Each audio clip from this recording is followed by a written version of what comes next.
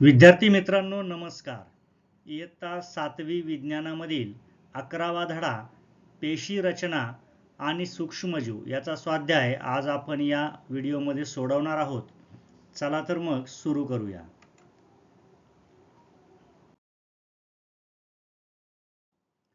प्रश्न 1 आहे, खालील प्रश्नांची उत्तरे लिहा. त्यामधील अ प्रश्न आहे, पेशी म्हणजे काय? उत्तर पाहूया. सजीवांचे शरीर ज्या सूक्ष्म घटकांनी बनले आहे त्याला पेशी म्हणतात. यानंतर हा प्रश्न आहे, पेशींमधील विविध अंगके कोणती आहेत? उत्तर पाहूया. पेशींमध्ये प्रामुख्याने केंद्रक, आंतरद्रव्यजालिका, गॉल्जी पिंड, लायकारिका, रिक्तिका, तंतुकणिका, लवके, पेशीपटल, पेशीभित्तिका, पेशीरस, माइटोकॉन्ड्रिया, राइबोझोम्स ही अंगके आहेत.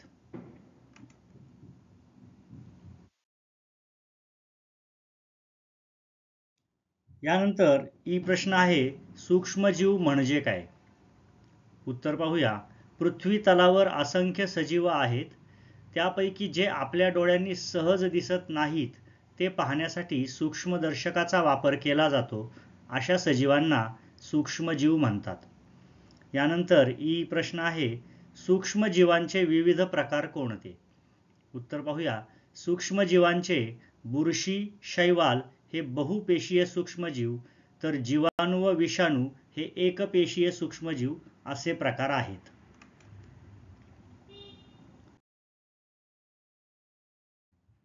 यानंतर प्रश्न 2 आहे, रिकाम्या जागी योग्य शब्द लिहा.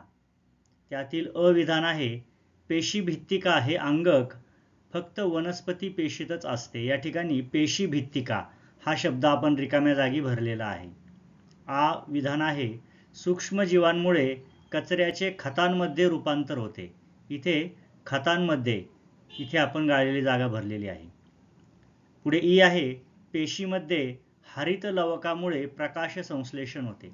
इथे हरित लवक आपण रिकाम्या जागी भरलेला आहे. आणि शेवटचं वाक्य आहे, सूक्ष्मजीवांच्या अभ्यासासाठी इलेक्ट्रॉन सूक्ष्मदर्शकाचा वापर करावा लागतो. या वाक्यामध्ये सूक्ष्मजीवांच्या हा शब्द आपण रिकाम्या जागी भरलेला आहे. अशा प्रकारे चारही वाक्यांमध्ये योग्य शब्द भरून आपण वाक्य पूर्ण केलेली आहे.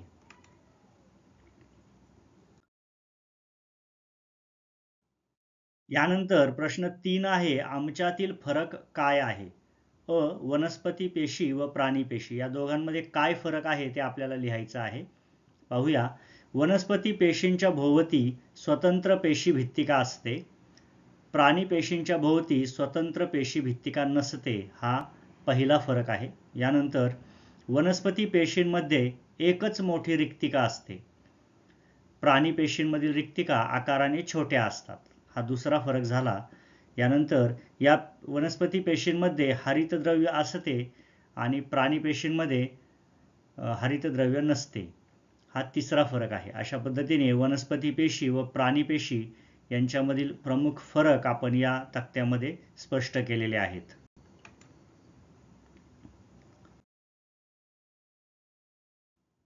यानंतर आणखी एक फरक आपल्याला लिहायचा आहे, आदी केंद्रकी पेशी व दृश्य केंद्रकी पेशी यांच्यामधील. तर पाहूया. ज्या सजीवांमध्ये पेशीतील अंगकाभोवती आवरण नसते अशा पेशींना आदी केंद्रकी पेशी म्हणतात. ज्या पेशींची अंगके पटल वेष्टित असतात अशा दृश्य केंद्रकी पेशी म्हणतात. अशा प्रकारे आदी केंद्रकी पेशी आणि दृश्य केंद्रकी पेशी कशाला म्हणतात हे सुरुवातीला आपण पहिल्या मुद्द्यामध्ये स्पष्ट केलं. यानंतर आदी केंद्रकी पेशींमध्ये एकच गुणसूत्र असते. दृश्य केंद्रकी पेशींमध्ये एकापेक्षा जास्त गुणसूत्रके असतात. आदी केंद्रकी पेशी आकाराने लहान असतात. दृश्य केंद्रकी पेशी आकाराने बऱ्याच मोठ्या असतात. आदी केंद्रकी पेशींच्या केंद्राभोवती पटल नसते. दृश्य केंद्रकी पेशींच्या केंद्राभोवती पटल असते. आदी केंद्रकी पेशींची आता उदाहरणे पाहूया. जीवाणू, नीलहरित शैवाल. आणि दृश्य केंद्रकी पेशीची उदाहरणे आहेत कवके, प्रोटोझोआ. अशा पद्धतीने आदी केंद्रकी पेशी आणि दृश्य केंद्रकी पेशी यांच्यामधील फरक आपण या तक्त्यांमध्ये लिहून काढलेला आहे.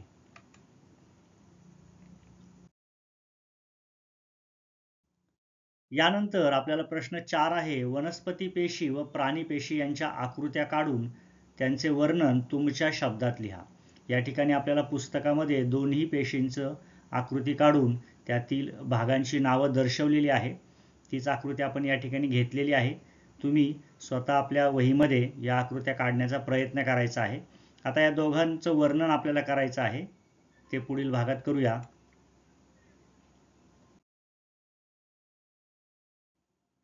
सुरुवातीला वनस्पती पेशी पाहूया. वनस्पती पेशींच्या भोवती स्वतंत्र पेशी भित्तिका असते, त्यामुळे त्यांना विशिष्ट आकार प्राप्त होतो. तसेच वनस्पती पेशींमध्ये मोठ्या आकारांच्या रिक्तिका आढळतात. या पेशींमध्ये हरित लवके असतात. प्राणी पेशीबद्दल माहिती पाहूया. प्राणी पेशीमध्ये पेशीपटलाभोवती आवरण नसते. प्राणी पेशींमधील रिक्तिका आकाराने लहान असतात. प्राणी पेशींमध्ये लयकारिका असते.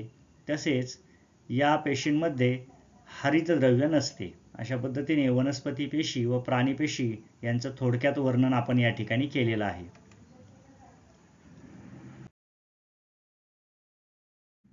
यानंतर प्रश्न 5वा आहे, सूक्ष्मजीवांची उपयुक्तता व हानिकारकता स्पष्ट करा. पहिल्यांदा आपण सूक्ष्मजीवांची उपयुक्तता पाहूया. शेण, माती यांमधील सूक्ष्मजीव अन्न मिळवण्यासाठी कचऱ्याचे विघटन करतात. काही दिवसात कचऱ्याचे रूपांतर उत्कृष्ट खतात होते व परिसराची स्वच्छताही राखली जाते.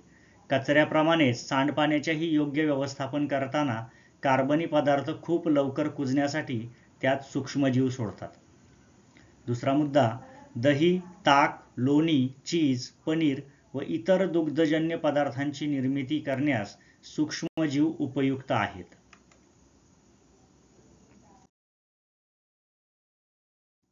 तीन, फळे व धान्य यांपासून अल्कोहोल तयार करणे, पिठापासून पाव बनवणे, तसेच ॲसेटिक आम्ल, सायट्रिक आम्ल, लॅक्टिक आम्ल, जीवनसत्त्वे व प्रतिजैविके यांच्या निर्मितीमध्ये किण्वन प्रक्रियेचा उपयोग केला जातो. त्यासाठी सूक्ष्मजीवांची मदत होते. रोगप्रतिकारक क्षमता वाढवणारी लस प्रयोगशाळेत सूक्ष्मजीवांच्या मदतीने तयार करतात.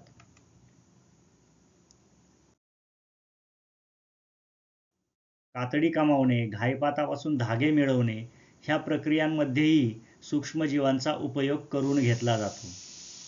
काही सूक्ष्मजीव तेलावर वाढतात.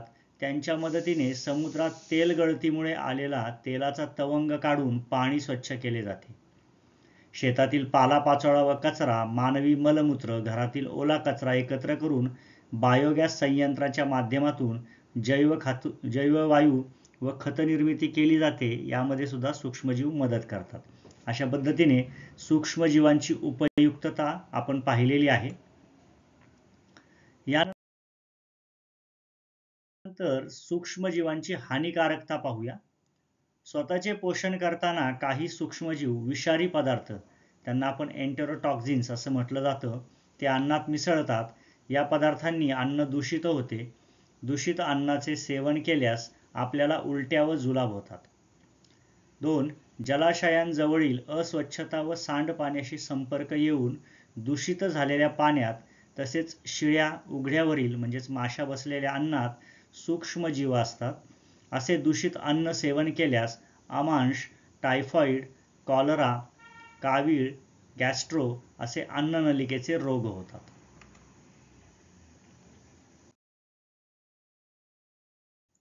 याशिवाय श्वसनमार्गाचे रोग झालेल्या व्यक्तीच्या खोकण्यातून व शिंकण्यातून त्या रोगाचे सूक्ष्मजीव हवेत मिसळतात.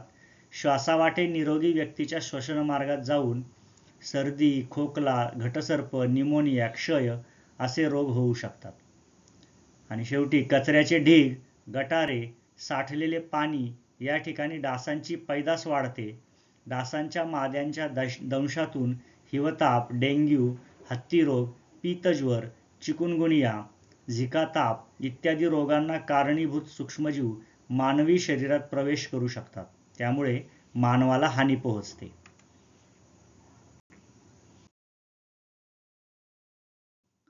यानंतर प्रश्न 6वा आहे, कारणे लिहा. इथे वेगवेगळी विधानं दिली आहेत, त्यांची कारणे आपल्याला लिहायची आहेत.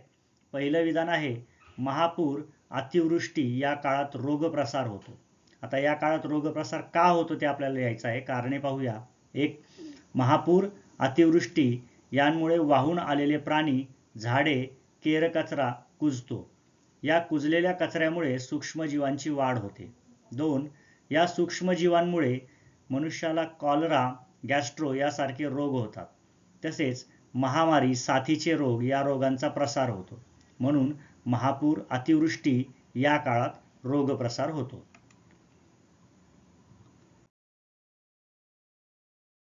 पुढील आ विधान आहे, शिळे अन्न खाल्ल्याने विषबाधा होण्याची शक्यता असते. याचं कारण पाहूया. एक, शिळ्या अन्नावर काही सूक्ष्मजीव असतात. हे सूक्ष्मजीव स्वतःचे पोषण करताना एन्टेरोटॉक्झिन्स सारखे विषारी पदार्थ या अन्नात मिसळतात. या पदार्थांनी अन्न दूषित होते. या दूषित अन्नाचे सेवन केल्यास आमांश, टायफॉइड, कॉलरा, कावीळ, गॅस्ट्रो असे अन्ननलिकेचे रोग होतात. म्हणून शिळे अन्न खाल्ल्याने विषबाधा होण्याची शक्यता असते.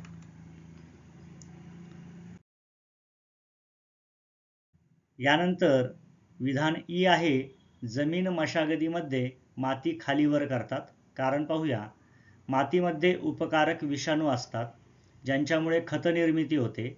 तसेच काही जीवाणू मातीत असणाऱ्या नायट्रोजनचे संयुगात रूपांतर करून नायट्रोजनचे जैविक स्थिरीकरण करतात.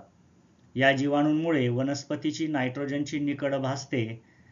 म्हणून पिकांची योग्य वाढ होण्यासाठी जमीन मशागतीमध्ये माती खालीवर करून जीवाणूंची रसमिसळ करतात.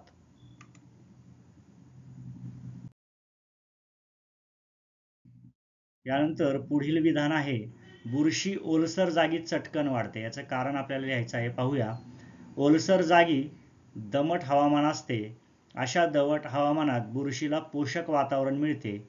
या पोषक व अनुकूल वातावरणात बुरशीची वाढ झपाट्याने होते. म्हणून बुरशी ओलसर जागी चटकन वाढते.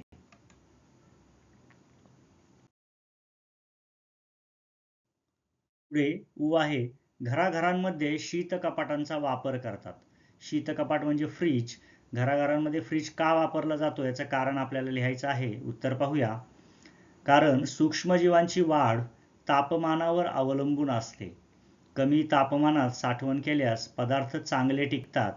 थंड जागी पालेभाज्या जास्त वेळ ताज्या राहू शकतात. पालेभाज्या, फळे, शिजवलेले अन्न टिकवण्यासाठी ते कमी तापमानामध्ये साठवणे आवश्यक आहे. शीत कपाटांमध्ये 5°C तापमानाला सूक्ष्मजीवांची वाढ खुंटते आणि अन्नपदार्थ सुरक्षित राहतात.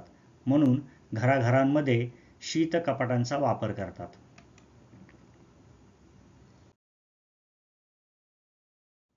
यानंतर विधान उ आहे, पाव तयार करताना फुगतो. पाव तयार करताना का फुगतो याचं कारण आपल्याला लिहायचं आहे. उत्तर पाहूया.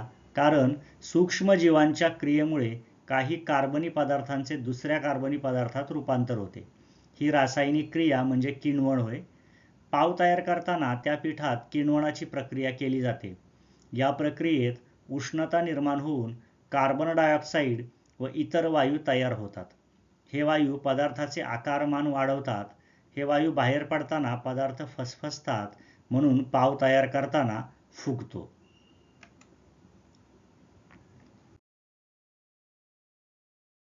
त्यानंतर ए विधान आहे, दुभत्या जनावरांना आंबवण देण्यापूर्वी ती भिजवून ठेवतात.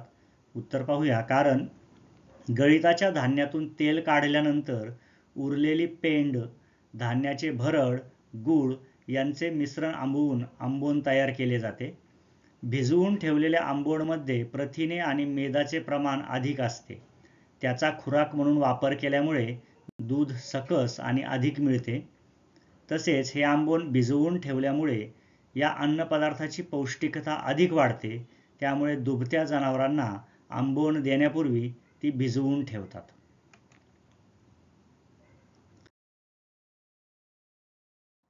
यानंतर प्रश्न 7वा आहे, साधा व संयुक्त सूक्ष्मदर्शक तुम्ही कशासाठी वापराल, कसा ते सविस्तर लिहा. उत्तर पाहूया. साधा सूक्ष्मदर्शक ज्या गोष्टी सूक्ष्म आहेत त्यासाठी वापरू. संयुक्त सूक्ष्मदर्शक आम्ही पेशी निरीक्षणासाठी वापरू. कारण पेशी ह्या अतिशय सूक्ष्म असतात, त्या डोळ्यांना दिसतही नाहीत. पेशी अत्यंत सूक्ष्म असतात. नुसत्या उघड्या डोळ्यांनी त्या आपल्याला दिसत नाहीत. पेशींच्या आकारमानाचे मोजमाप मायक्रोमीटर आणि नॅनोमीटर या एककांचा वापर करून केले जाते. पेशी निरीक्षणासाठी संयुक्त सूक्ष्मदर्शकाचा वापर केला जातो.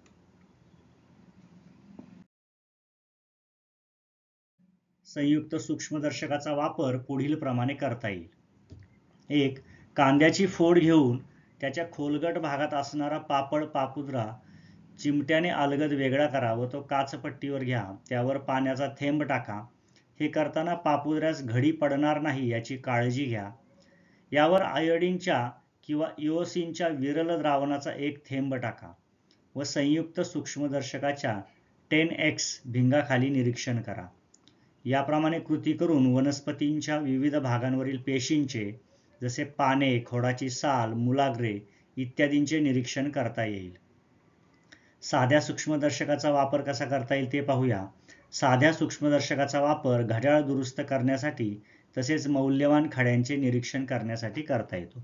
अशा पद्धतीने साधा सूक्ष्मदर्शक व संयुक्त सूक्ष्मदर्शक कशासाठी वापरले जातात आणि वापरण्याची पद्धती हे दोन्हीही आपण या उत्तरामध्ये लिहिलेलं आहे. या ठिकाणी पाठावरील स्वाध्याय पूर्ण होत आहे. स्वाध्यायातील सर्व प्रश्नांची उत्तरे आपण व्यवस्थितपणे या स्वाध्यायामध्ये पाहिलेली आहेत.